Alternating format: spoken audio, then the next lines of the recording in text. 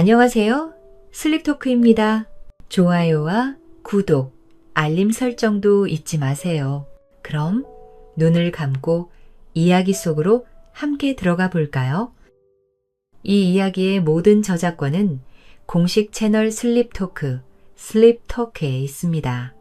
다른 채널에서 게시된 내용은 모두 비공식이며 허위입니다.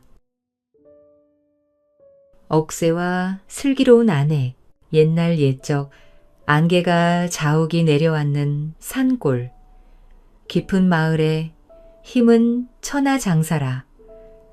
하나 마음은 순박하기 그지없는 나무꾼 총각이 살고 있었습니다. 사람들은 그를 바보 억새라 부르며 놀리기도 했지만 억새는 그 말에도 웃음만 지을 뿐 나무하러 산에 오르내리며 성실히 하루하루를 살아가고 있었지요. 억새에게는 세상 무엇보다 소중한 늙고 병약한 어머니가 계셨습니다. 그 어머니 곁에는 지극한 효성과 따뜻한 마음으로 모시는 현명한 아내, 윤씨 부인이 있었습니다. 윤씨 부인은 누구나 고개를 끄덕일 만큼 곱고 단정한 여인이었지요. 그녀는 본래 이름난 양반가의 귀한 딸이었으나 어느 날 아버지가 억울하게 역모에 휘말리며 집안이 하루아침에 무너지고 말았습니다. 부귀와 영화가 한순간에 사라진 뒤 윤씨 부인은 세상의 시끄러움과 욕심을 버리고 오히려 순박하고 어수룩한 나무꾼 억새의 진심을 보고 그와 혼례를 올렸던 것입니다. 그녀의 지혜와 단아함, 그리고 깊은 속마음은 바보라 불리던 억새의 투박한 삶 속에서 조용히 빛나고 있었습니다. 그리하여 사람들은 몰랐지만 그 작은 산골 마을의 초가집 안에는 세상 그 어디보다 따뜻한 사랑과 효심이 깃들어 있었지요. 그날도 억새는 아침 일찍 지게를 지고 산으로 향하려던 참이었다. 바로 그때 다 쓰러져 가는 초가집의 살림문이 쾅소리와 함께 거칠게 열렸다. 마을 최고의 부자이자 악명 높은 고리대금업자인 놀부 영감이 하인 두 놈을 대동하고 들이닥친 것이었다. 거기 있느냐? 바보, 억새놈. 당장 튀어나오지 못할까? 놀부 영감의 고함 소리에 억새가 어깨에 지게도 내려놓지 못한 채 황급히 마당으로 뛰쳐나왔다. 아이고, 영감님, 어인 일이십니까? 이른 아침부터. 놀부 영감은 콧방귀를 끼며 손에 쥔 부채로 억새의 이마를 삿대질하듯 밀쳤다. 어인 일이냐? 물었겠다. 네, 노마비가 죽기 전에 내게 쓴 차용증을 벌써 잊었느냐? 내 놈 아비가 꽃구경 간다며 내게 빌려가 노름판에서 탕진한 그 빚. 오늘이 바로 갚기로 한 마지막 날이다. 억새는 그제야 사태를 파악하고 땅바닥에 넙죽 엎드려 큼지막한 머리를 조아렸다. 영감님, 송구합니다. 허나 지금 당장은 가진 돈이 한 푼도 없습니다. 제발 며칠만... 아니, 이놈의 몸뚱이라도 팔아서 갚을 터이니 제발 내 놈의 그 바보 같은 몸뚱이를 어디에 쓴단 말이냐. 땔감으로도 못 쓸 놈 됐다. 빚 대신 내 아비가 남긴 그 마지막 밭대기, 그 땅 문서나 당장 내놓아라. 바로 그때 부엌에서 이 모든 것을 지켜보던 윤씨 부인이 쟁반에 냉수한 사발을 들고 조용히 걸어 나왔다. 몰락한 양반가 출신답게 남루한 옷차림에도 그녀의 기품은 숨겨지지 않았다. 놀부 영감의 탐욕스러운 시선이 윤씨 부인의 고운 얼굴과 자태를 음흉하게 훑었다. 영감님, 먼 길 오셨는데 물이라도 한 잔 드시지요. 허호, 역시 억새놈은 마누라 하나는 잘 얻었단 말이야. 밭되기보다 이쪽이 더 탐나는군. 억새가 아내를 탐한다는 말에 발끈하여 벌떡 일어났다. 영감님 말씀이 지나치십니다. 어디 천한 놈이 딱 사흘 주겠다. 사흘 뒤 정오까지 돈을 마련하지 못하면 내 논이 밭은 물론이고 이 집까지 거두어 갈 테니 그리 알거라. 놀부 영감이 껄껄 웃으며 돌아가자 억새는 그 자리에 주저앉아 덩치에 맞지 않게 엉엉 울기 시작했다. 아이고 마누라, 이제 우린 어쩌면 좋소. 길바닥에 나은 게 생겼네. 늙으신 어머니는 어쩌고. 서방님 그만 우십시오. 지금은 올 때가 아닙니다. 일단 어머님 약부터 챙겨드려야지요. 윤씨 부인은 억새를 다독여 일으켰다. 하지만 놀부 영감이 사라진 대문 쪽을 바라보는 그녀의 눈빛만은 얼음장처럼 차가웠다. 자을의 유예 기간 중 첫날 윤씨 부인은 쌀 한 줌을 들고 일부러 마을 주막을 찾았다. 마침 주막에는 말이 입에 가장 가볍기로 소문난 주모와 안악 몇이 모여 있었다. 아이고, 억새 마누라 아니요? 얼굴이 반쪽이 됐네 그려. 듣자 하니 놀부 영감 빚 때문이라지. 윤씨 부인은 주모의 말에 금방이라도 올 것처럼 슬픈 표정을 짓다가 주위를 한번 살피는 척하며 주모에게 실수처럼 속삭였다. 주모, 혹시 귀한 약초를 파는 곳을 아시오? 약초는 왜? 시어머니, 약이라도 지으려고? 아니, 그게 어제 우리 서방님이 아버님 산소 근처에서 사람 팔뚝만한 산삼을 캔 것 같다고. 혹시 이게 돈이 될까 싶어서. 이것만 잘 팔면 놀부 영감 빚쯤은 갚고도 남을 듯한데. 뭐라고? 산삼을 억새가? 아이고, 주모. 제가 괜한 말을 아무에게도 말하면 안 돼요. 놀부 영감 귀에 들어가면 큰일 나니. 윤씨 부인은 마치 큰 실수를 한 사람처럼 황급히 주막을 빠져나왔다. 윤씨 부인이 주막을 떠나기가 무섭게 주모는 기다렸다는 듯이 함께 있던 안악들에게 호들갑을 떨었다. 바보 억새가 산삼을 캤다네. 그 바보가. 아이고 세상에. 팔자는 따로 있다더니만 그 소문은 반나절도 되지 않아 들불같이 놀부 영감의 귀에 들어갔다. 놀부 영감은 마시던 술잔을 마루에 탕소리 나게 내려놓으며 격분했다. 그의 눈이 탐욕으로 번뜩였다.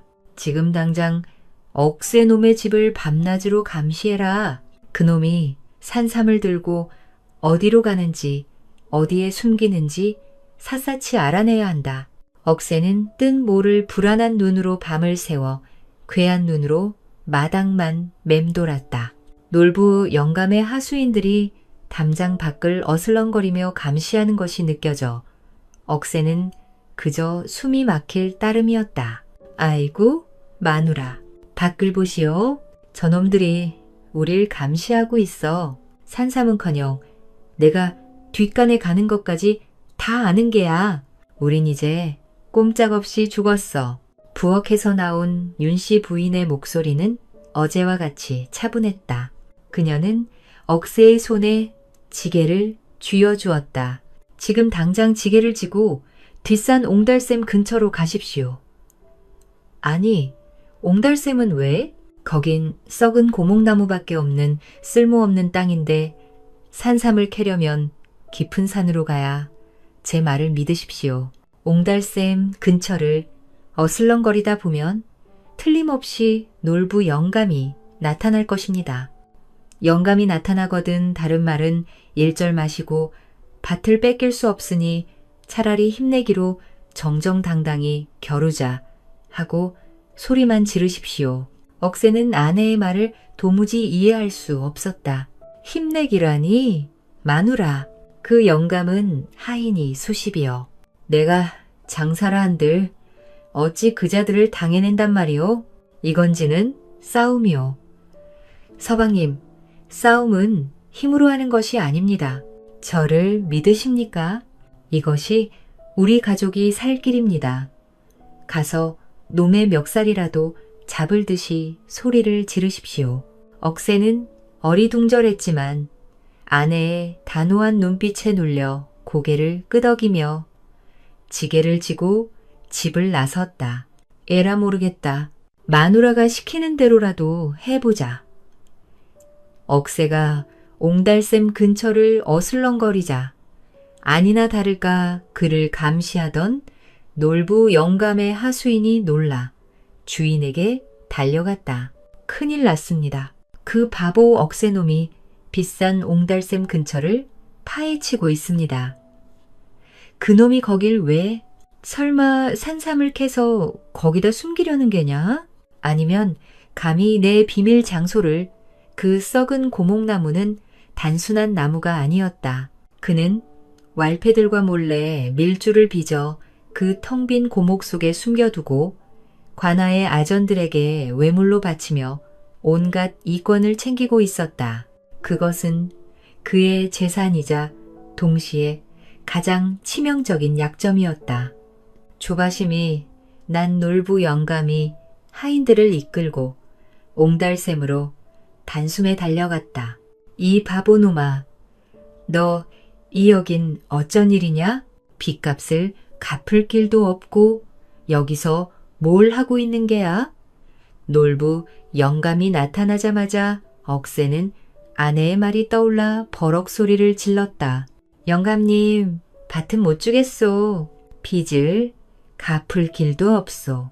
차라리 내기라도 해서 힘겨루기를 합시다. 내가 이기면 빚은 없는 것이요. 억새가 고래고래 소리를 지르자 놀부 영감은 순간 기가 막혔다. 놀부 영감의 머릿속이 빠르게 돌아갔다. 억새의 도발에 자존심이 상한 데다 자신의 비밀 장소 근처를 맴도는 억새를 당장 떼어내야 했다. 그는 억새를 자신의 비밀 장소에서 떼어놓고 억새의 밭과 아내까지 합법적으로 빼앗을 완벽한 묘책을 떠올렸다. 좋다. 이 바보놈아, 너와 내기하고 싶다. 좋아. 하지만 시시하게 팔씨름이나 할 수는 없지. 내일 정오까지 이 산에서 가장 큰 나무를 베어오는 것으로 내기를 하자. 물론 나는 내 하인 수십 명을 시켜 이 산 전체를 뒤질 것이다. 그럼 나는 어찌하오? 놀부 영감은 억새를 얕잡아 보며 썩은 고목나무를 턱짓으로 가리켰다. 하하, 공평해야지. 너는 힘이 장사인 혼자 하고 구역도 정해주마. 너는 딱 여기 옹달샘 근처만 뒤지어라. 어디 저 쓸모없는 썩은 고목나무라도 뽑아올 테냐. 하하하. 내가 이기면 네 놈의 밭과 네 아내는 내 것이다. 알겠어? 그렇게 합시다. 가장 큰 나무요? 놀부 영감은 바보 억새가 힘자랑에 눈이 멀어 덥석 미끼를 물었다고 생각하며 음흉하게 웃었다. 저놈은 이제 옹달샘 근처에서 꿈틀도 못하겠지. 내 비밀 창고도 지키고 밥과 계집까지 얻게 되었구나. 억새는 아내가 시킨 말을 다 했다는 안도감에 집으로 불이 나게 달려갔다. 마누라, 마누라. 내기가 성사되었소. 그런데 내기가 아니라 가장 큰 나무 해오기로 바뀌었소. 나는 옹달샘 근처만 뒤지라고 하는데 거기엔 썩은 고목나무뿐이요. 억새는 금방이라도 울상이 되어 말했지만 윤씨 부인의 입가에는 차가운 미소가 어렸다. 아주 잘하셨습니다, 서방님. 내일 서방님은 다른 나무는 쳐다볼 필요도 없습니다. 아버님이 남기신 가장 튼튼한 밧줄을 챙기십시오. 서방님은 내일 그 썩은 고목나무를 통째로 가져오시면 됩니다. 그것이 저 늙은이의 죄악이 담긴 이 산에서 가장 무거운 나무일 것입니다. 그날 밤 놀부 영감은 자신의 하인들을 모두 불러 모아 술상을 차렸다. 내일 동이 트자마자 산을 샅샅이 뒤져 그곳에서 가장 크다는 소나무를 찾아 베어라. 내일이면 저 바보 억새와 아내가 모두 내 손에 들어온다. 같은 시각 윤씨 부인은 몰래 집을 빠져나와 읍내관하로 향하고 있었다. 그녀의 손에는 놀부 영감의 밀주거래를 고발하는 서찰이 들려 있었다. 마침내 운명의 사흘째 되는 날 정오가 가까워오자 마을 광장은 억새와 놀부 영감의 기이한 내기를 구경하려는 사람들로 인산인해를 이루었다. 장터의 상인들은 물론 밭이라던 농부들까지 삽을 내던지고 모여들어 그야말로 발 디딜 틈이 없었다. 아이고, 저 바보 억새가 제정신이 아니지. 김만 믿고 놀부 영감한테 덤비니 오늘 아주 뼈도 못 추리겠네. 그러게 말이세. 밭은 물론이고 저 곱디고 온 아내까지 빼앗기게 생겼으니 저 바보는 바보야. 오늘 밤 놀부 영감 집에서 곡소리가 나겠구먼. 그래도 윤씨 부인이 워낙 현명하니 무슨 수가 있지 않겠나? 어제 관아 쪽으로 가는 걸 봤다는 사람도 있던데. 무슨 수? 김누기에서 계집의 지혜가 밥을 먹여주나 밭대기 지키려다 마누라까지 잡혀가게 생겼으니 저건 바보를 넘어선 칠푼이지. 사람들의 조롱 섞인 목소리가 광장을 가득 채웠다. 억새의 늙은 어머니는 마당 한 구석에서 애타는 듯 발만 동동 구르고 있었고 윤씨 부인 역시 시어머니의 곁을 지키고 섰으나 그 표정은 이상하리만치 차분하여 속내를 읽을 수 없었다. 정오가 가까워지자 놀부 영감이 값비싼 비단도포를 차려입고 하인들을 거느리며 거들먹거리며 나타났다. 정오가 다 되어가는데 그 바보놈은 아직인가? 찌찌찌, 네 길을 하기도 전에 겁을 먹고 도망친 게냐? 놀부 영감이 일기양하게 소리치던 바로 그때였다. 길을 비켜라. 나무 나가신다. 으쌰으쌰 하는 우렁찬 소리와 함께 땅이 울리듯 하인들의 함성이 들려왔다. 놀부 영감의 하인 수십 명이 땀을 뻘뻘 흘리며 굵은 밧줄로 꽁꽁 묶은 거대한 소나무를 끌고 광장으로 들어섰다. 우와, 저게 나무야, 산이야. 저렇게 큰 나무는 난생 처음 보네. 수백 년은 묵은 게 틀림없어. 하늘을 찌를 듯한 그 위용에 구경하던 마을 사람들은 모두 혀를 내둘렀다. 그 나무는 광장 한가운데를 떡하니 차지했고 놀부 영감은 그 나무 둥치에 보란듯이 한쪽 발을 얹었다. 하하, 모두들 보았느냐? 이 산에서 이보다 더 큰 나무가 있겠느냐? 억새는 아직인가? 이제 본인이 겁을 먹고 도망친 것이로구나. 하하하. 놀부 영감이 승리를 선언하며 하인들에게 억새의 집으로 가 땅 문서를 가져오라 명하려던 바로 그때였다. 저편에서 억새가 홀로 어깨에 나무 하나를 메고 나타났다. 헉, 헉 가져왔소. 하지만 억새가 가져온 것은 나무라 부르기에도 민망했다. 누가 봐도 거의 시커멓게 썩었고 속이 텅 비어 보이는 고목나무 한 토막이었다. 그 모습을 본 마을 사람들은 처음에는 어리둥절하다가 이내 배를 잡고 웃음을 터트리기 시작했다. 바보 억새가 진짜 썩은 나무를 가져왔네. 나무가 없으면 낙엽이라도 긁어올 것이지. 저게 뭐라? 하하하. 이제 정말 끝이구먼. 더 곱던 마누라는 어쩌나. 놀부 영감은 자신의 예상대로 억새가 볼품없는 썩은 고목나무를 가져온 것을 보고 승리를 확신하며 광장이 떠나가라 웃어제꼈다. 이런 바보 천치, 내가 옹달샘 근처에서 썩은 고목나무라도 뽑아올 테냐고 물었더니 진짜 썩은 나무를 가져왔구나. 이런 멍청한 놈. 자, 모두가 보았다. 내가 이겼다. 놀부 영감은 으스대며 억새에게 다가가 그의 멱살을 잡으려 했다. 약속은 약속이다. 어서 네 반문서를 내놓고 네 마누라는 놀부 영감은 음흉한 눈길로 윤씨 부인을 쳐다보며 하인들에게 손짓했다. 여봐라, 저 계집을 당장 내 집으로 끌고 가라. 하인들이 억새의 늙은 어미를 밀치고 윤씨 부인에게 다가가려 하자 억새는 겁에 질려 덜덜 떨면서도 어젯밤 아내가 신신당부했던 마지막 말을 기억해냈다. 무슨 일이 있어도 썩은 고목을 마당 한가운데 내려놓고 버티십시오.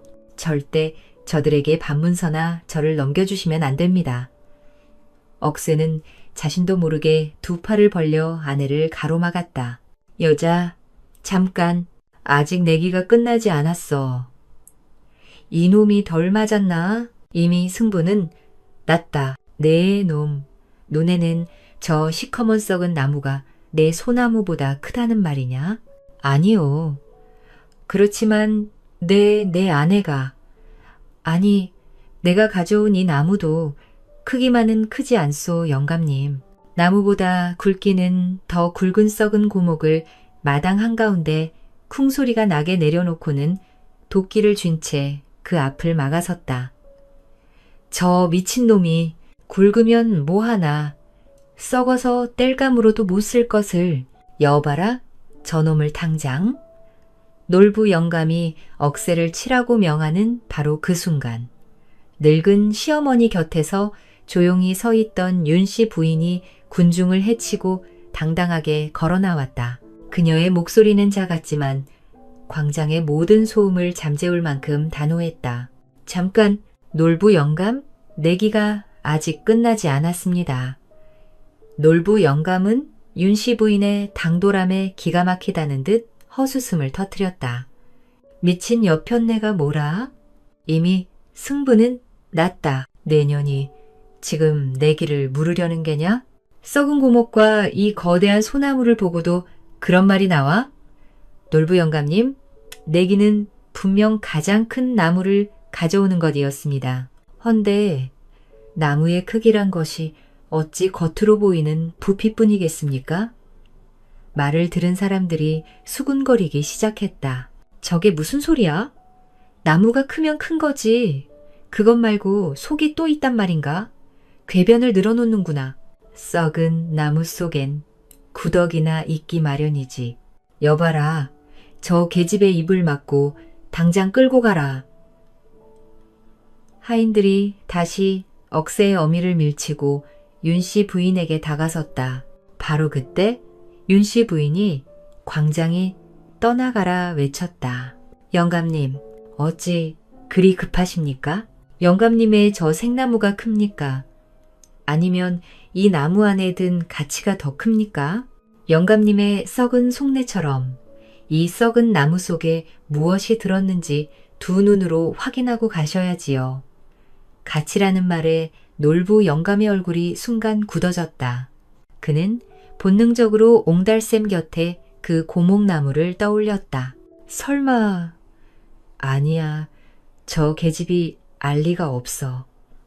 윤씨 부인은 그 찰나의 망설임을 놓치지 않고 억새에게 도끼를 가리켰다. 서방님, 저 나무를 쪼개보십시오. 네, 내년이 멈춰라. 당장 멈추지 못할까? 감히 내기 물건에 손을 대려 해. 놀부 영감이 다급히 소리쳤지만 억새는 아내의 단호한 명령에 이미 도끼를 높이 치켜들고 후려쳤다. 알겠소 부인? 억새가 젖먹던 힘까지 다 해썩은 고목의 한가운데를 도끼로 내리찍었다. 저가는 둔탁한 소리와 함께 썩은 나무가 갈라지는 순간 그 텅 비어있던 속에서 와르르 소리를 내며 무언가가 쏟아져 나왔다.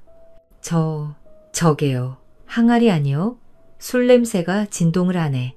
저건 밀주다. 바싹 마른 고목 속에서 작은 술항아리 수십 개가 굴러나와 광장 바닥을 뒹굴었다. 사람들은 눈앞의 광경에 입을 다물지 못했다. 하지만 그것이 끝이 아니었다. 여기 이것도 있습니다. 윤씨 부인이 끄집어낸 것은 누런 종이 뭉치, 바로 비밀 장부 한 권이었다. 놀부 영감은 그 자리에서 얼어붙었다. 그것은 그가 왈패들과 몰래 밀주를 빚어 관아의 아전들에게 뇌물로 상납하며 폭리를 취하던 바로 그 증거물들이었다. 이것은 내년이 감히 내 것을 훔쳤구나. 마을 사람들이 그제야 모든 상황을 깨닫고 술렁이기 시작했다. 뇌물장부? 그럼 저 늙은이가 말패들이랑 짜고 밀주를? 어쩐지 관아들이 저 영감 앞에서는 설설 기더라니. 저 장부에 다 적혀있나 보구먼. 놀부 영감은 자신이 내뱉은 말에 완벽하게 갇혔음을 깨달았다. 그는 억새를 바보라 여겨 잡아놓고 자신의 비밀장고 근처만 뒤지라고 스스로 명했던 것이다. 아니다. 저건 내 것이 아니다. 저 계집이 나를 모함하는 것이다. 여봐라. 전현을 당장. 놀부 영감이 하인들에게 마지막 발악을 하던 바로 그때 광장 입구에서 횃불과 함께 우렁찬 목소리가 터져 나왔다. 관아에서 나왔다. 꼼짝 말아라. 밀주를 유통하고 뇌물로 관을 능멸한 놀부 영감을 체포한다. 미리 윤씨 부인의 신고를 받고 잠복해 있던 포졸들이 들이닥쳐 놀부 영감과 상황 파악이 안 된 그의 하수인들을 모조리 밧줄로 묶기 시작했다. 놀부 영감은 쉬간채 그 자리에 주저앉았다. 그는 자신이 윤씨 부인의 덫에 완벽하게 걸려들었음을 깨달았다. 그는 억새의 어리석음을 비웃었지만 정작 자신은 억새의 힘을 맛보다가 윤씨 부인의 지혜에 의해 자신의 범죄 증거를 제 발로 마을 한복판에 가져온 꼴이 되었던 것이다. 탐욕과 오만에 눈이 멀어 스스로 무덤을 판 것이었다. 그는 자신이 가장 하찮게 여긴 바보의 힘과 계집의 지혜에 의해 파멸한 것이다. 내년이 처음부터 포졸들이 놀부 영감을 거칠게 끌고 가기 시작했다.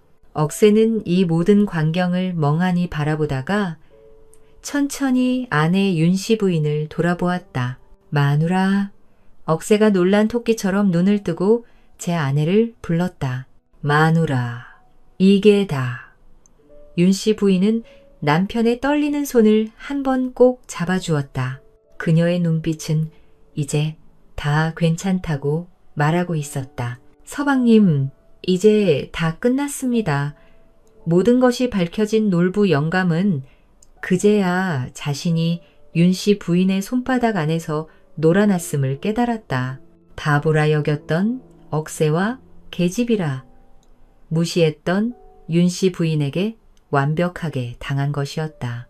그는 끓어오르는 분을 참지 못하고 묶인 몸으로 윤씨 부인을 향해 달려들려 했다. 내년이 감히 나를 이 바보 놈만 믿고 천한 것들이 감히. 그러나 포졸의 칼집이 그의 등을 가차없이 내리쳤다.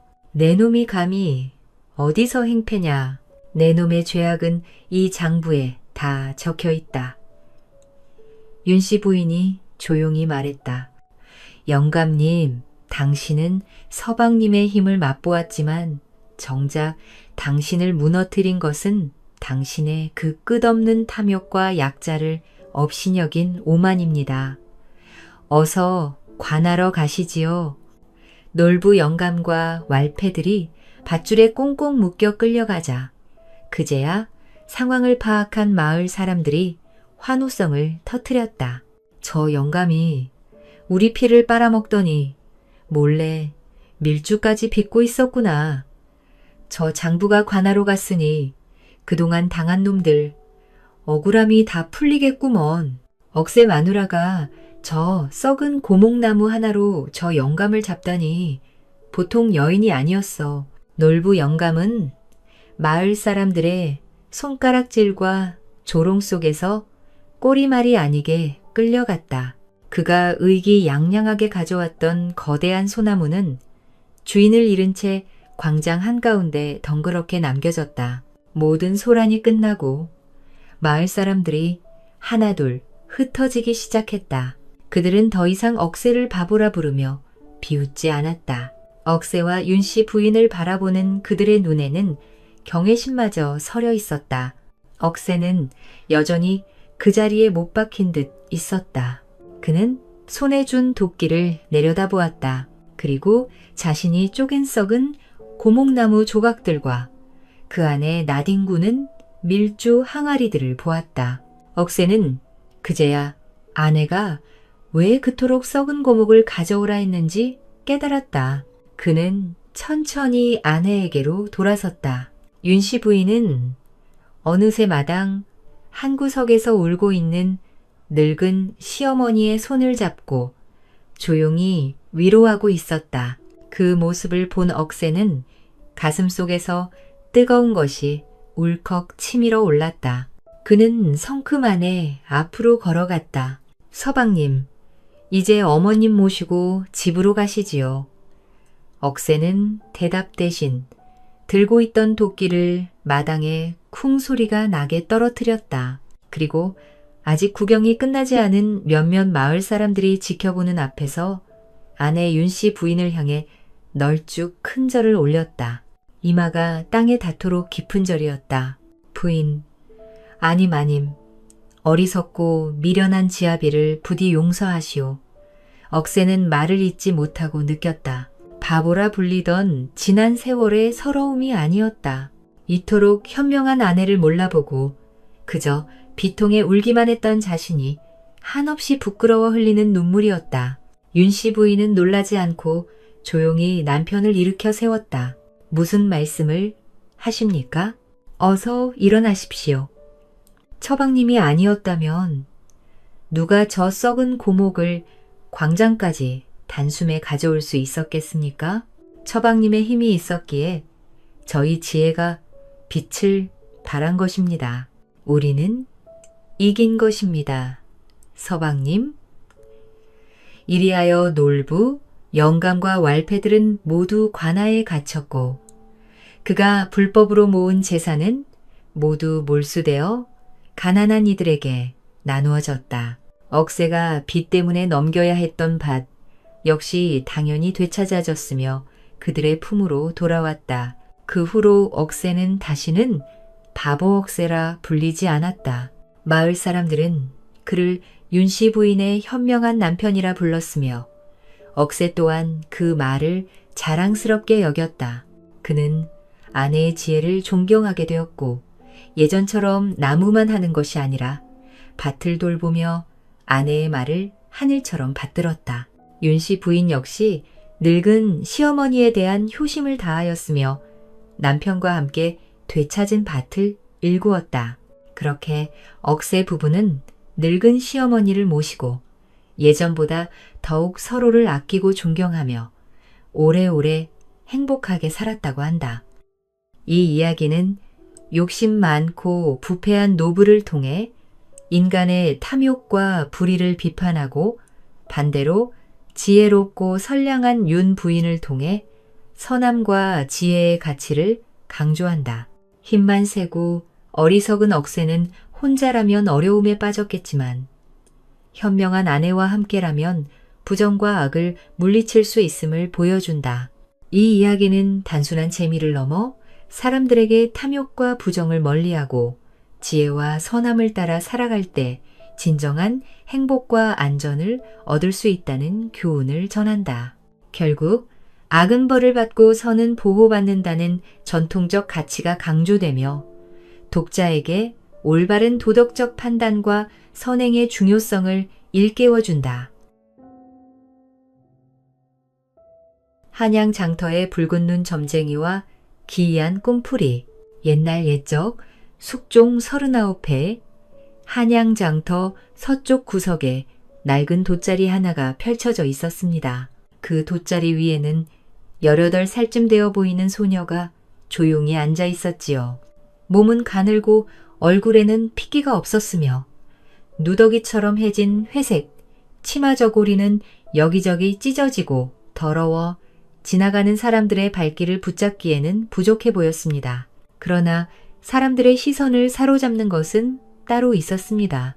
소녀의 눈동자는 온통 붉게 물들어 있었으니 마치 갓 쏟아진 피처럼 새빨간 눈이었지요. 소녀는 그저 고요히 앉아 있었고 가끔씩 고개를 들어 하늘을 바라보았습니다. 볼 수는 없었지만 무언가를 느끼는 듯한 신비로운 표정이었지요. 주변 사람들은 감히 다가가지 못하고 그 붉은 눈빛을 먼 발치에서 바라볼 뿐이었습니다. 그 앞에는 작은 나무 팻말이 하나 세워져 있었습니다. 어젯밤 꿈만 하면 당신의 운명을 알려드려옵니다. 사람들은 지나가다 팻말을 보고는 코웃음을 쳤어요. 저거 보게나. 저 빨간 눈 좀 보게.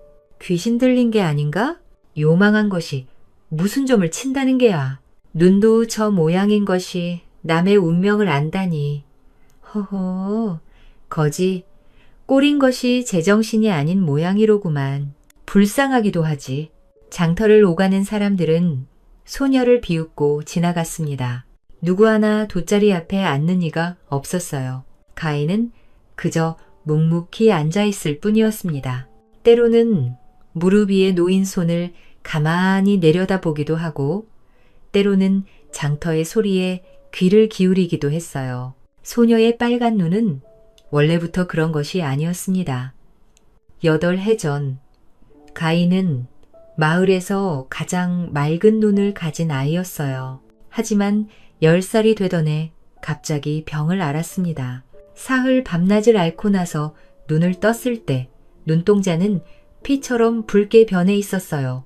부모는 빨간 눈을 가진 딸을 두려워했습니다. 귀신이 씌었다며 무당을 불렀지만 소용없었어요. 마을 사람들도 가인을 보며 수군거렸습니다. 결국 부모는 어느 추운 겨울밤 가인을 마을 어귀에 버렸어요. 그때부터 가인은 혼자 떠돌며 살아야 했습니다. 그쯤 때부터 이상한 일이 시작되었습니다. 가인은 사람들의 꿈이 보이기 시작했어요. 아니, 정확히는 들리기 시작했습니다. 누군가 꿈 이야기를 하면 그 꿈속 장면이 머릿속에 생생하게 펼쳐졌어요. 과거도 미래도 모두 보였습니다. 하지만 마을 사람들은 그녀를 두려워했어요. 요망한 귀신이다 하며 손가락질했습니다. 가인은 결국 고향을 떠났어요. 그렇게 여기저기 떠돌다 한양에 정착했습니다. 이제 18이 된 소녀가 되었지만 그 능력만큼은 여전했어요. 아니, 오히려 더 강해졌습니다. 그렇게 사흘이 지났어요. 넷째 날 아침, 한 사내가 소녀 앞을 지나다 멈춰섰습니다. 약방을 운영하는 만동이라는 상인이었어요. 그는 40대 중반쯤 되어 보였습니다. 얼굴에는 피곤함이 가득했어요. 며칠째 같은 꿈에 시달리고 있었습니다. 정령 꿈으로 운명을 알 수 있단 말이냐? 만동이 조심스럽게 물었어요. 가인은 붉은 눈동자를 만동 쪽으로 돌렸습니다. 소녀의 고개가 천천히 끄덕여졌습니다. 앉으시옵소서. 어떤 꿈을 꾸셨는지 들려주시옵소서. 소녀의 목소리는 나긋나긋했어요. 하지만 어딘가 단단한 힘이 느껴졌습니다. 만동은 주저하다가 돗자리에 조심스럽게 앉았어요. 사흘 밤을 계속 같은 꿈을 꾸었다. 만동은 긴장한 목소리로 말했습니다. 큰 호랑이가 우리 약방 뒤뜰 우물에서 물을 마시더구나. 그러고는 약방 안으로 들어와 내 앞에 앉는 꿈이었다. 너무나 생생해서 잠을 깰 때마다 가슴이 두근거렸다. 가인은 눈을 감았어요. 아니, 이미 감긴 눈이었지만 더욱 깊이 집중하는 듯 했습니다. 주변 소음도 사람들의 웅성거림도 모두 사라진 듯 했어요. 그녀는 깊은 곳으로 빠져드는 것 같았습니다. 소녀의 입술이 미세하게 떨렸어요. 한참 후 소녀가 천천히 입을 열었습니다.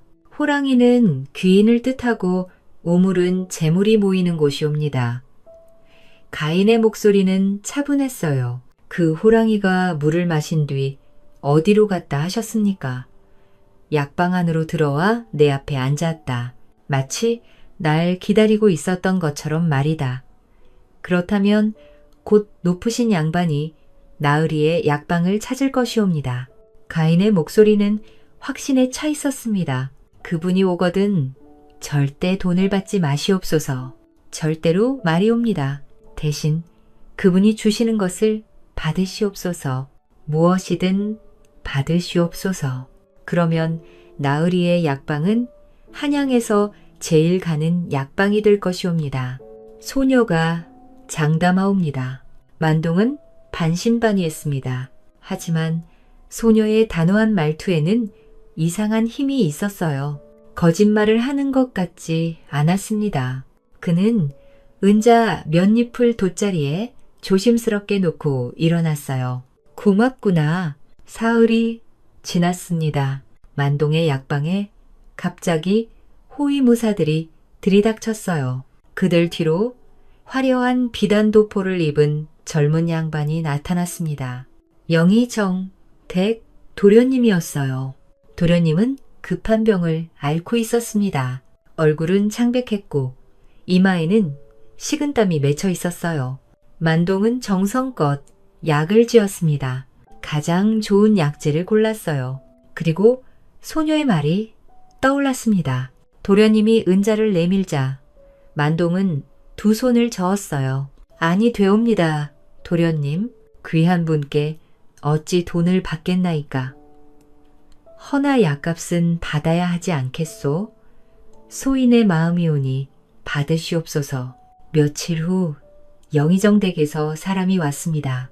손에는 의승유술, 이정여숙, 이라 쓰인 큰 현판을 들고 있었어요. 훌륭한 의술과 치료법을 가지고 있다는 의미였습니다.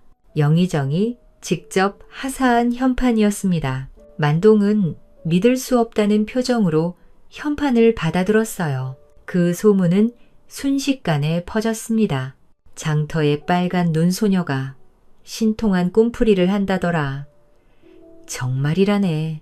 김약방 주인이 대박이 났다지 않은가? 눈이 빨간 것이 어떻게 그런 걸 안다는 게야? 그러게 말이오. 신기한 일이로구만. 사람들이 하나둘 가인을 찾기 시작했어요. 돗자리 앞에는 줄이 생겼습니다. 그 중에는 검은 치마 저고리를 입은 젊은 여인도 있었어요. 여인의 이름은 윤씨였습니다. 그녀는 소녀 앞에 무릎을 꿇고 울음을 터뜨렸어요. 나 좀 살려다오. 윤씨의 목소리는 절박했습니다. 우리 서방님이 한 달 전부터 감쪽같이 사라졌단다. 이 세상 사람인지 저승 사람인지도 모르겠구나. 가인은 붉은 눈으로 여인을 향했어요. 어떤 이유인지 알 수는 없었지만 여인의 슬픔이 느껴졌습니다. 어떤 꿈을 꾸셨나까? 매일 밤 서방님이 물속에서 나를 부르는 꿈을 꾼단다. 윤 씨는 흐느끼며 말했어요. 차가운 물속에서 손을 내미는 꿈이란다. 내 손을 잡으려 하나 닿지 않고 그러면 서방님은 점점 깊은 곳으로 가라앉는 무서운 꿈이야. 가인의 얼굴이 어두워졌어요. 소녀는 깊은 한숨을 내쉬었습니다. 그 한숨 속에는 어린 나이답지 않은 무게가 담겨 있었어요. 마음 단단히 잡수시옵소서. 마님의 서방님은 이미 이승 사람이 아니옵니다. 아니, 그럴 리가 없어. 윤 씨가 비명처럼 외쳤어요. 아마 한강 동쪽 갈대밭 근처에 계실 것입니다. 하얀 배를 탄 사공이 그곳을 지날 때 발견할 것이옵니다. 가인은 차분하게 말을 이었습니다. 옷에 푸른 명주 끈이 걸려 있을 터이니 그것으로 알아보세요.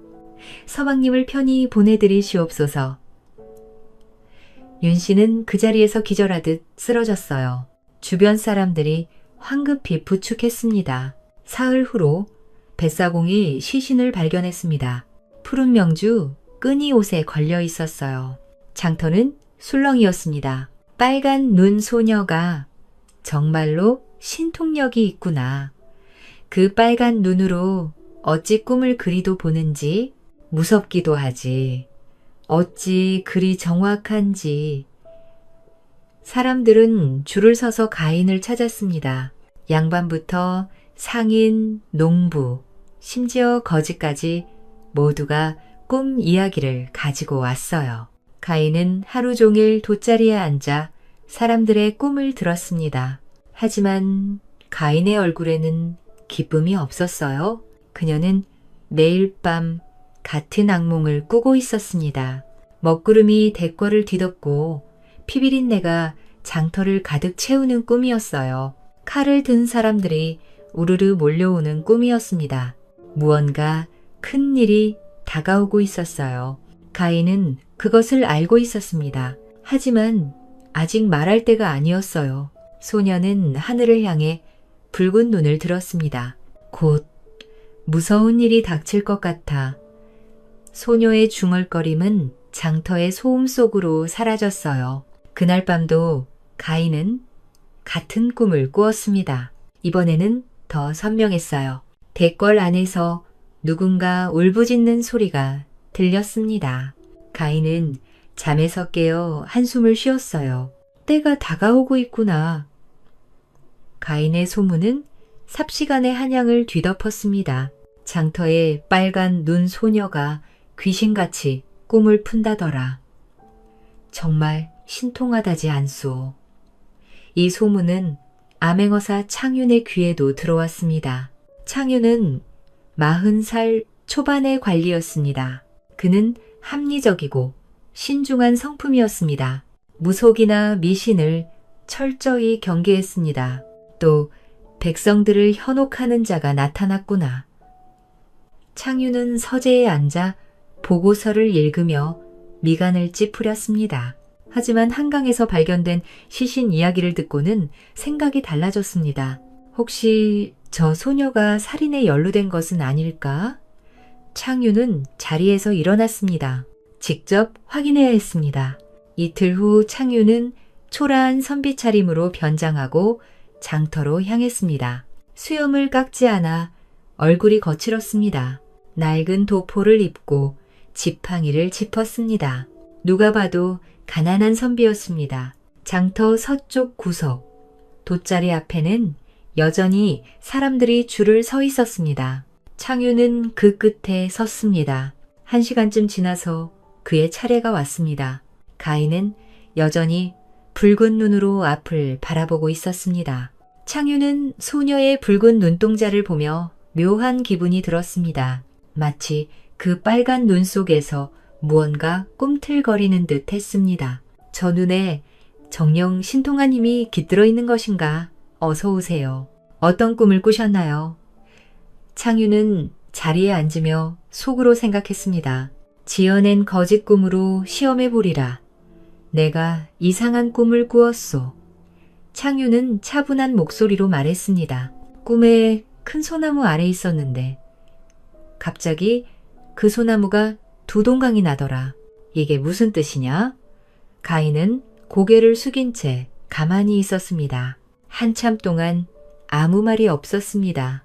창윤은 속으로 웃었습니다.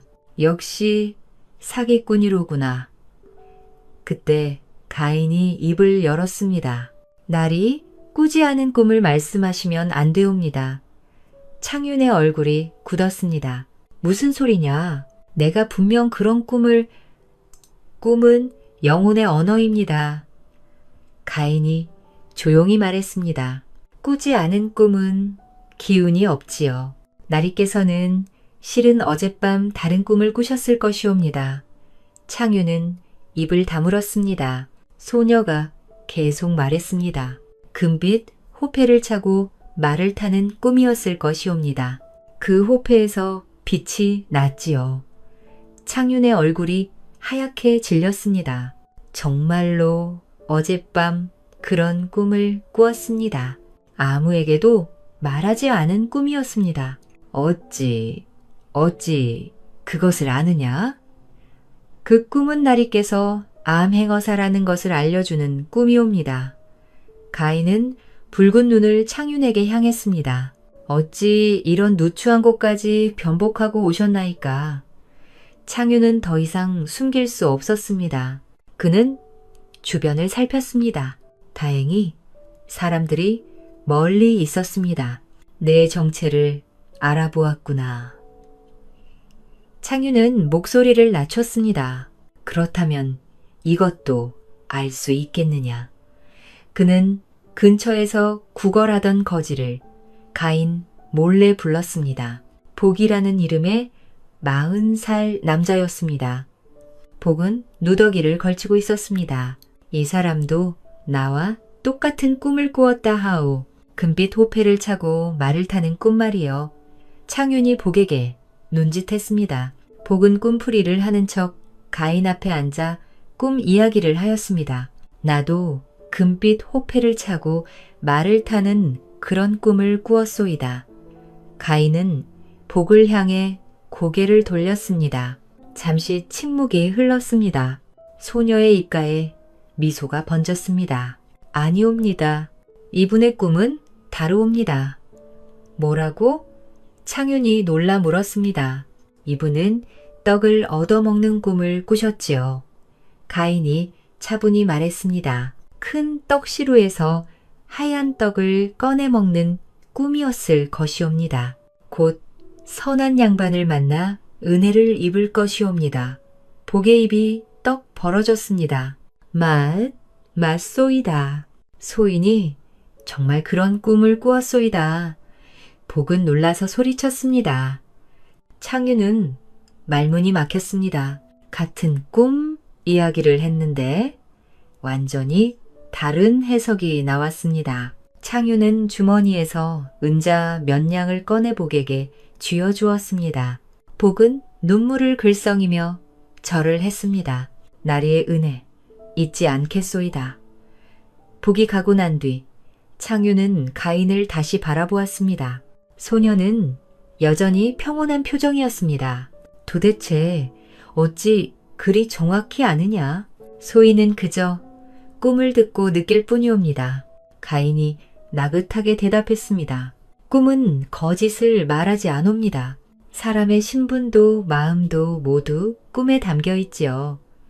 창유는 더 이상 의심할 수 없었습니다. 이 소녀는 진짜였습니다. 그는 도자리에 은자를 놓고 일어났습니다. 꿈풀이 잘 듣고 간다. 내가 괜한 의심을 한 것 같구나. 창유는 고개를 숙였습니다. 가인은 미소를 지었습니다. 괜찮나이다.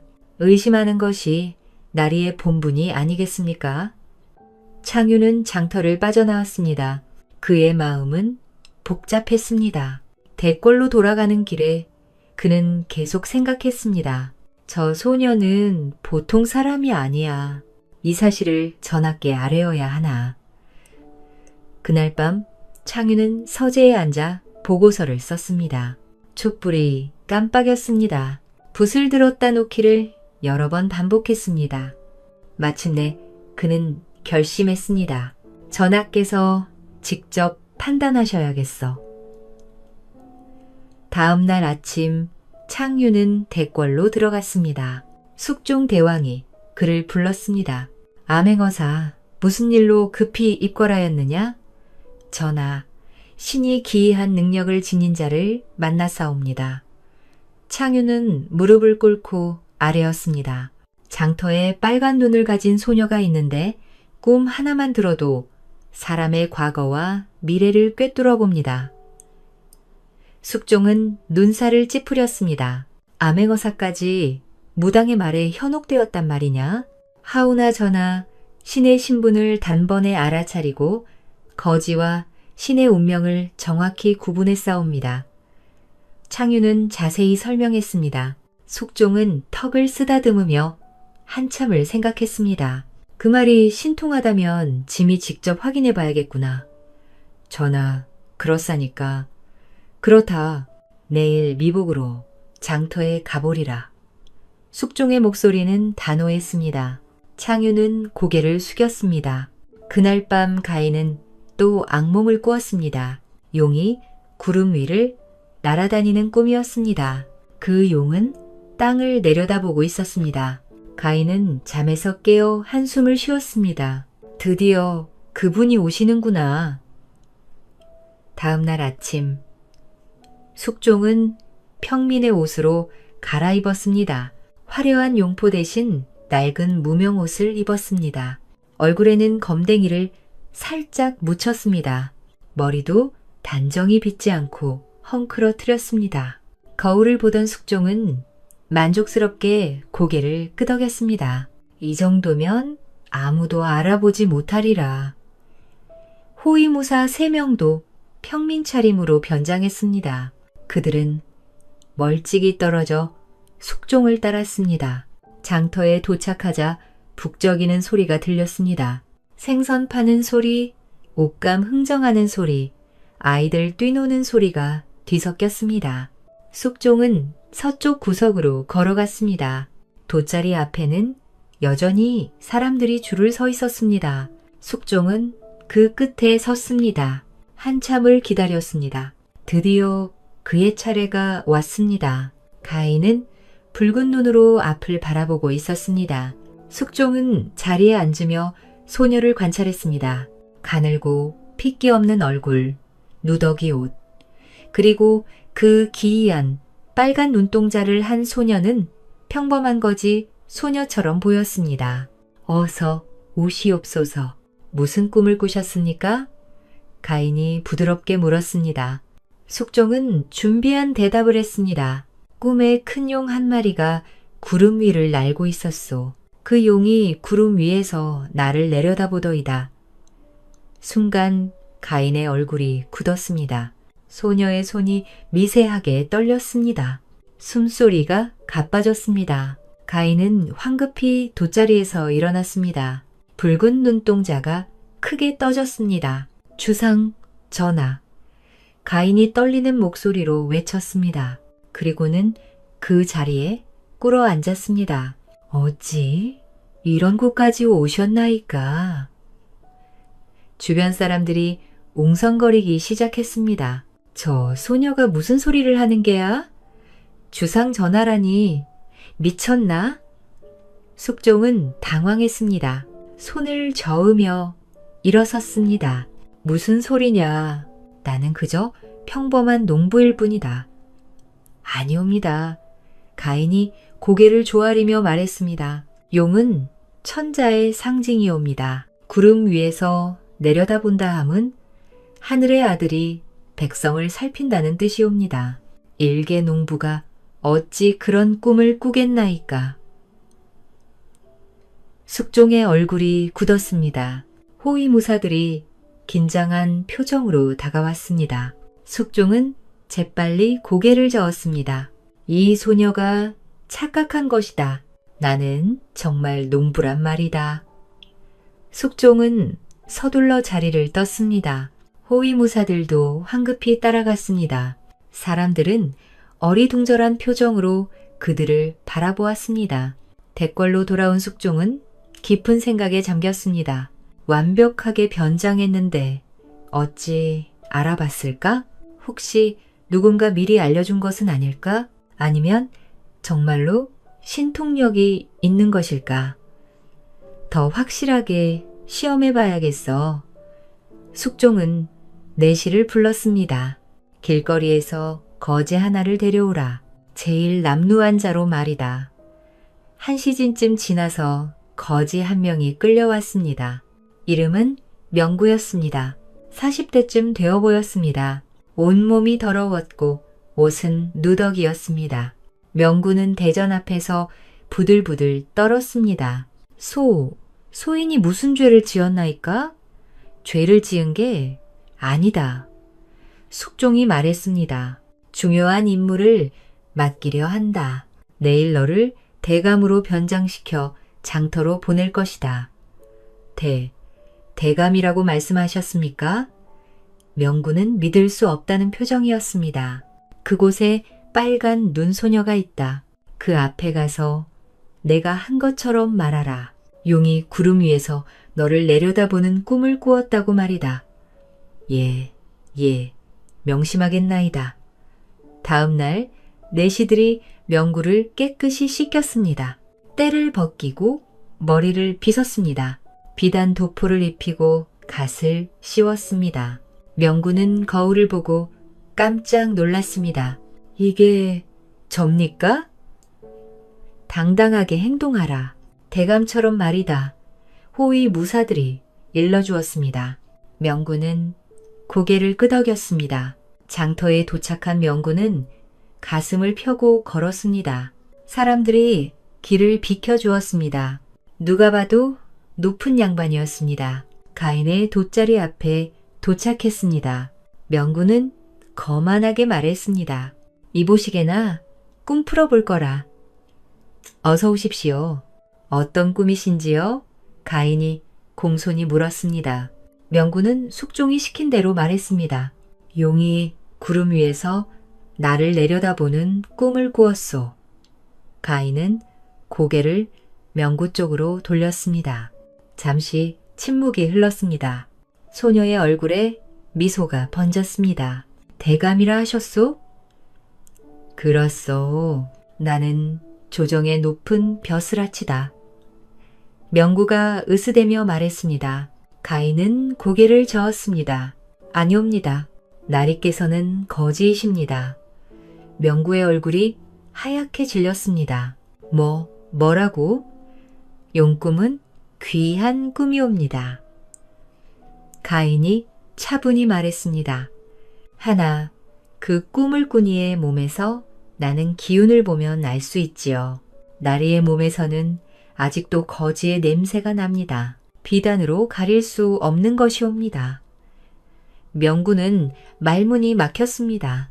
가인이 계속 말했습니다. 나리께서 꾸신 진짜 꿈은 큰 쌀독에서 밥을 퍼먹는 꿈이었을 것이옵니다. 배불리 먹는 꿈 말이지요. 명구는 그 자리에서 무릎을 꿇었습니다. 맞사옵니다. 소인이 정말 그런 꿈을 꾸었사옵니다. 주변 사람들이 수군거렸습니다. 저 양반이 거지라니. 빨간 눈 소녀가 또 맞췄구나. 명구는 황급히 장터를 빠져나왔습니다. 대골로 돌아가 숙종에게 모든 것을 보고했습니다. 전하, 그 소녀가 소인이 거지를 단번에 알아차렸나이다. 숙종은 깊은 한숨을 쉬었습니다. 진기하도다. 겉모습만 바꾸었을 뿐인데 그 속을 꿰뚫어 보다니. 숙종은 창인을 불렀습니다. 그 소녀를 궁으로 데려오라. 정중히 청하여 데려오도록 하라. 예, 전하. 창인은 고개를 숙였습니다. 그날 밤 가인은 또 악몽을 꾸었습니다. 봉황이 자신을 부르는 꿈이었습니다. 드디어 그때가 온 것이야. 사흘 후 창윤이 낳인 소춘과 함께 장터로 향했습니다. 가인은 여전히 돗자리에 앉아 있었습니다. 소춘이 다가가 말했습니다. 주상 전하께서 대골로 들어오라 명하셨다. 가인은 붉은 눈으로 하늘을 쳐다봤습니다. 한참을 그렇게 있다가 천천히 고개를 끄덕였습니다.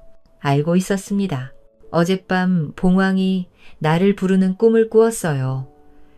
소추는 가인의 손을 잡으려 했지만 소녀가 고개를 저었습니다. 가인은 붉은 눈으로 주변을 둘러보았습니다. 돗자리 위에 물건들을 천천히 정리했습니다. 가인은 천천히 일어나 스스로 걸어가 창윤이 준비한 가마에 올랐습니다.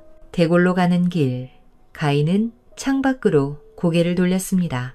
한양의 소리를 들었습니다.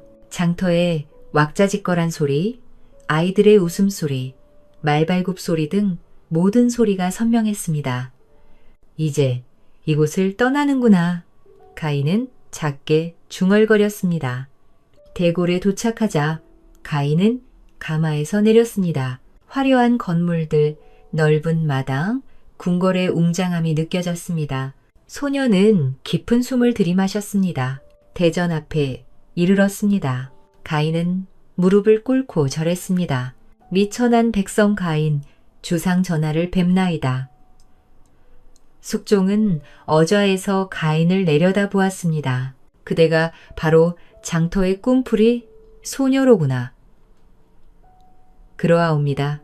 전하, 그대의 능력이 참으로 신기하도다. 짐의 정체도 거지의 운명도 정확히 꿰뚫어보지 않았느냐.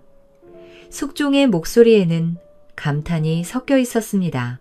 이제부터 궁에 머물며 짐의 꿈을 풀어주고 국정을 자문해주기 바란다. 그대에게 몽관이라는 직책을 내리겠노라. 가인은 고개를 더 깊이 숙였습니다. 전하, 황공하옵니다. 하오나 소인은 여자의 몸이 없고 천한 무당이나 다름없는 신분이옵니다. 조정 대신들이 크게 반발할 것이옵니다. 그것은 짐이 처리할 일이다. 숙종의 목소리는 단호했습니다. 내전 옆에 처소를 마련해 주겠노라. 편히 머물도록 하라. 다음 날 조정은 발칵 뒤집혔습니다. 대신들이 모여 수군거렸습니다. 특히 영의정 윤기가 가장 크게 분노했습니다. 윤기는 60이 넘은 노신이었습니다. 서인 세력의 영수였습니다. 조회 시간, 윤기가 앞으로 나섰습니다. 저희는 만고에 없던 일이옵니다. 윤기의 목소리는 떨렸습니다. 고작 18 소녀, 그것도 천한 무당을 궁에 들이시다니요. 우리 조선은 유교의 나라이옵니다. 구속은 백성을 현혹하는 사술에 불과하옵니다. 다른 대신들도 동조했습니다. 영의정대 말씀이 옳사옵니다. 여인이 조정에 관여하면 나라가 망한다 하지 않았사옵니까? 숙종은 침착하게 대답했습니다. 영의정의 말도 일리가 있소. 하나, 가인은 보통 무당이 아니요. 짐이 직접 확인한 바로는 그의 능력은 신통하게 없소. 전하, 윤기가 다시 외쳤습니다.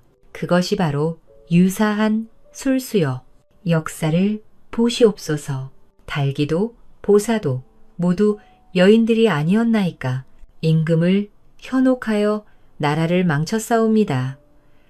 윤기의 얼굴은 붉게 달아올랐습니다. 그는 진심으로 분노하고 있었습니다. 더욱이 저 소녀는 빨간 눈을 가진 괴연이옵니다. 저런이가 어찌 나라의 미래를 볼 수 있다 하옵니까? 숙종의 눈빛이 차갑게 변했습니다. 영의정, 그만하시오. 짐의 뜻은 확고하오. 가인은 궁에 머물 것이며 중요한 일에 자문할 것이오. 전하, 물러가시오. 숙종의 목소리가 대전을 울렸습니다. 윤기는 이를 악물고 물러났습니다. 그날 밤 윤기는 자신의 저택에서 측근들을 불러 모았습니다. 촛불이 흔들렸습니다. 윤기의 얼굴에는 그림자가 드리워져 있었습니다. 저 소녀를 제거하지 않으면 나라가 위태로워질 것이다. 윤기가 낮은 목소리로 말했습니다. 휴교의 나라가 무속의 나라로 전락하고 말 것이다. 서인의 입지도 좁아질 것이고 측근 중 한 명이 조심스럽게 물었습니다. 대감, 어찌 하시렵니까? 저 소녀를 역으로 만들어야 한다. 윤기의 눈에 차가운 빛이 돌았습니다. 증거를 만들어라. 저 소녀가 밤마다 전하를 저주한다는 증거를 말이다. 하오나 대감, 그것이 들통나면? 들통날 리 없다. 완벽하게 준비하라. 며칠 후 측근들은 저주 인형과 주술 도구들을 준비했습니다. 밤중에 몰래 가인의 처소 근처에 묻었습니다. 그리고 목격자까지 매수했습니다. 일주일이 지났습니다. 윤기는 다시 조회에서 상소를 올렸습니다. 저는 중대한 사실을 발견하여 싸우옵니다. 윤기의 목소리는 떨렸습니다. 하지만 이번에는 분노가 아니라 연기였습니다. 가인이라는 자가 밤마다 흉악한 저주를 행하고 있다는 증거를 찾아 싸우옵니다. 대전이 술렁였습니다. 숙종의 얼굴이 굳었습니다. 무슨 소리냐? 직접 확인하시옵소서. 윤기가 상자를 내밀었습니다. 상자 안에는 저주 인형과 피, 묻은 천, 이상한 부적들이 들어 있었습니다. 이것들이 가인의 처소 근처에서 발견되었나이다. 목격자도 있사옵니다. 매수된 목격자가 앞으로 나왔습니다. 소인이 밤중에 보았사옵니다. 저 소녀가 달빛 아래에서 이상한 의식을 행하는 것을 말이옵니다. 숙종은 깊은 한숨을 쉬었습니다. 가인을 신뢰했지만 증거 앞에서는 흔들렸습니다. 가인을 불러오너라. 잠시 후 가인이 들어왔습니다. 전하, 부르셨나이까? 가인, 내가 짐을 저주했다는 증거가 나왔다. 어찌 된 일이냐? 가인은 침착하게 대답했습니다. 전하, 소인은 결코 그런 일을 하지 않았나이다. 그럼 이 증거물들은 무엇이냐? 윤기가 소리쳤습니다. 가인은 붉은 눈을 윤기 쪽으로 돌렸습니다. 영의정 대감이는 소인을 모함하려는 계략이옵니다. 증거가 있는데 무슨 변명이옵니까? 가인은 잠시 침묵했습니다. 그리고 천천히 입을 열었습니다. 전하, 제안이 있사옵니다. 말해보거라. 서인과 영의정 대감이 각자 어젯밤 꾼 꿈을 말씀드리고 나서 그 꿈으로 누가 진실을 말하는지 가려주시옵소서. 대전이 조용해졌습니다. 숙종은 잠시 생각하더니 고개를 끄덕였습니다. 예, 좋다. 그렇게 하자. 대전에 긴장감이 흘렀습니다. 윤기가 먼저 나섰습니다. 그는 가슴을 펴고 당당히 말했습니다. 소신은 어젯밤 대고를 지키는 사자 2마리를 보았나이다. 윤기의 목소리는 힘차고 확신에 차 있었습니다. 그 사자들이 대골문 앞에 우뚝 서서 적을 물리친 꿈이었나이다. 희는 소신이 평생 전하와 나라를 지키겠다는 중심의 표현이옵니다. 대신들이 고개를 끄덕였습니다. 그럴듯한 꿈이었습니다. 가인이 천천히 입을 열었습니다. 소인은 어젯밤 까마귀 떼를 보았나이다. 가인의 목소리는 차분했습니다. 검은 까마귀들이 대궐 지붕에 앉았다가 날아가는 꿈이었나이다. 까마귀는 겉으로는 검으나 속으로는 다른 뜻을 품은 자를 의미하옵니다. 윤기의 얼굴이 굳었습니다. 그게 무슨 뜻이냐?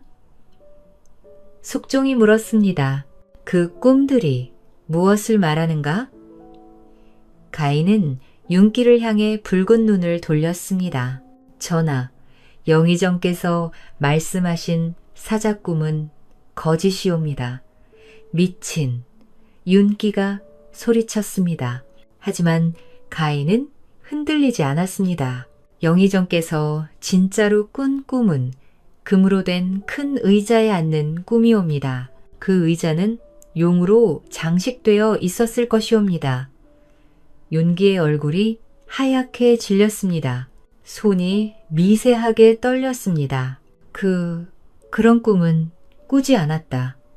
그런 꿈은 전하의 자리를 탐하는 역적의 꿈이옵니다.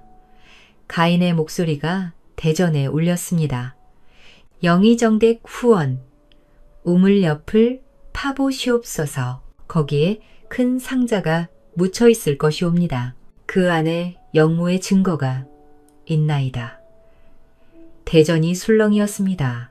숙종은 즉시 금군을 불렀습니다.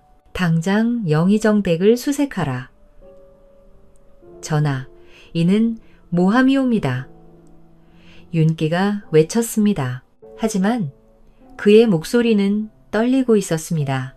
1시간쯤 지나서 금군이 돌아왔습니다. 손에는 흑투성이 상자를 들고 있었습니다. 전하, 우물 옆에서 이것을 찾았나이다. 상자를 열자 서찰들이 쏟아져 나왔습니다. 왕위를 노린 계획서, 동조자들의 명단, 비밀 서신들이었습니다. 숙종의 얼굴이 분노로 일그러졌습니다. 정윤기, 네가 감히 영모를 꾀했느냐. 윤기는 그 자리에서 무릎을 꿇었습니다. 온몸이 떨렸습니다. 전하, 소신은 끌어내어 가두라. 금군들이 윤기를 끌고 나갔습니다. 가인은 여전히 조용히 서 있었습니다. 그날 이후 가인은 숙종의 깊은 신임을 얻었습니다. 10해의 세월이 흘렀습니다. 가인은 어느덧 28이 되었습니다. 여전히 가늘고 피 없는 얼굴이었지만 목소리만큼은 또렷했습니다. 그동안 가인의 예언은 계속 적중했습니다. 가뭄을 미리 알려 백성들을 구했고 역적들의 음모를 막았습니다. 북방 오랑캐의 침입도 예견했습니다. 어느 날 가인이 조회에 나오지 않았습니다. 소춘이 숙종에게 아뢰었습니다. 전하, 몽관께서 편찮으십니다. 숙종은 급히 가인의 처소로 향했습니다. 가인은 침상에 누워 있었습니다.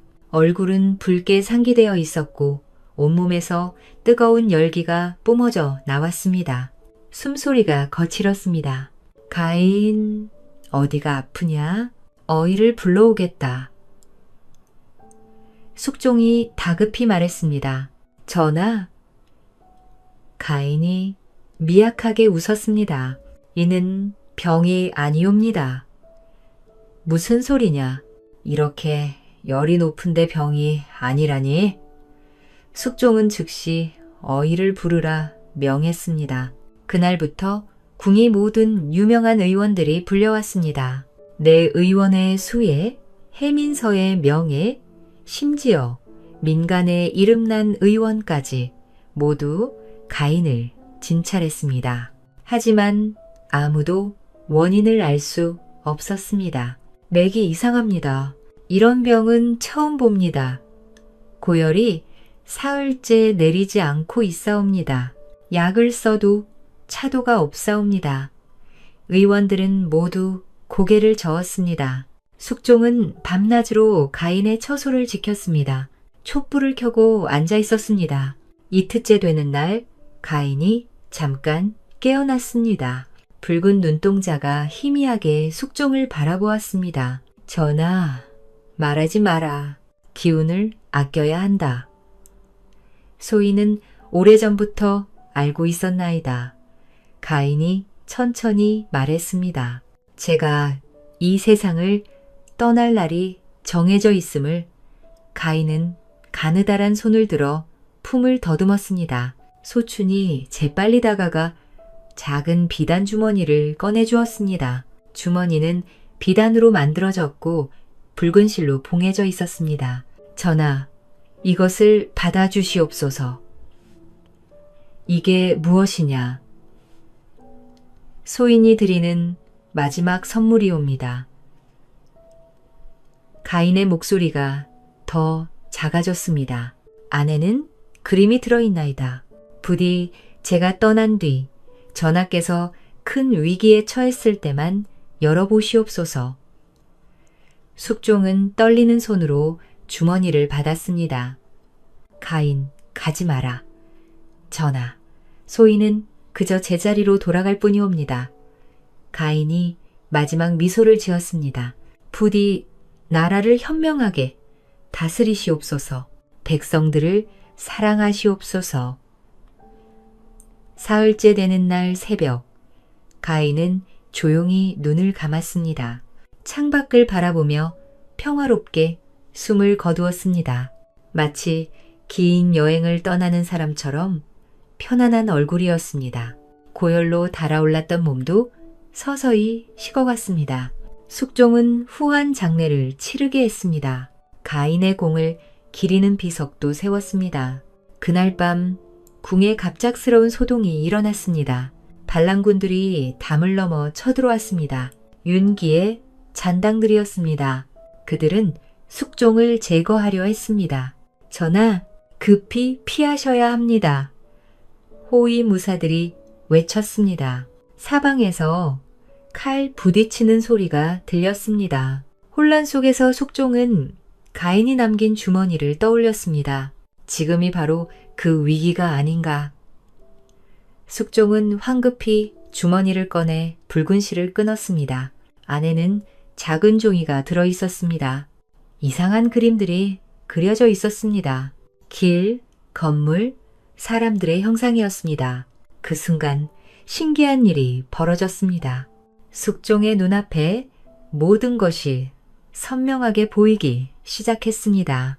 반란군의 위치, 그들의 수, 숨어있는 충신들의 장소, 안전한 탈출로까지 마치 가인의 붉은 눈으로 세상을 보는 것 같았습니다.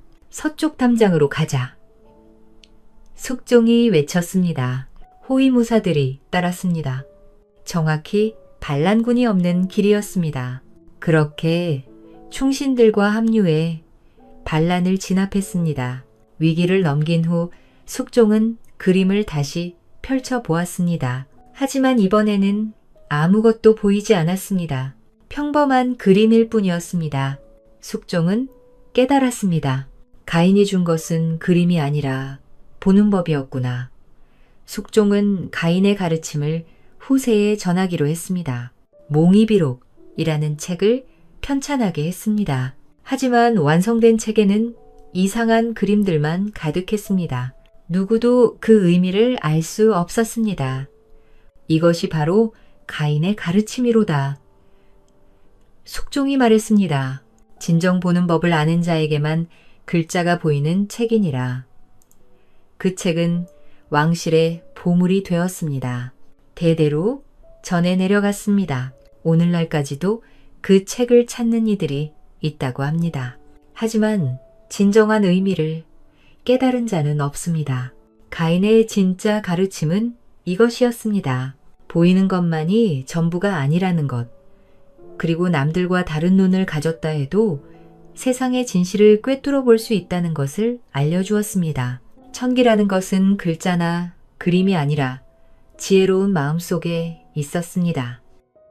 이 이야기에서 가인은 붉은 눈을 가진 신비로운 소녀로 사람들의 편견과 오해에도 굴하지 않고 자신의 능력과 지혜로 운명을 꿰뚫어 보며 진리를 드러냅니다.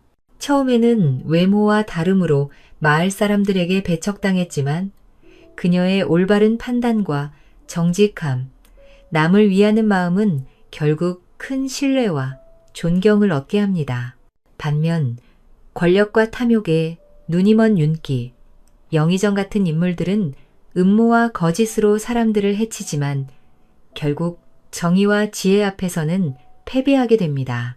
이 이야기는 사람들에게 겉모습이나 권력에 흔들리지 말고 항상 선을 행하고 진리를 따르며 지혜와 정직을 지키라고 가르칩니다.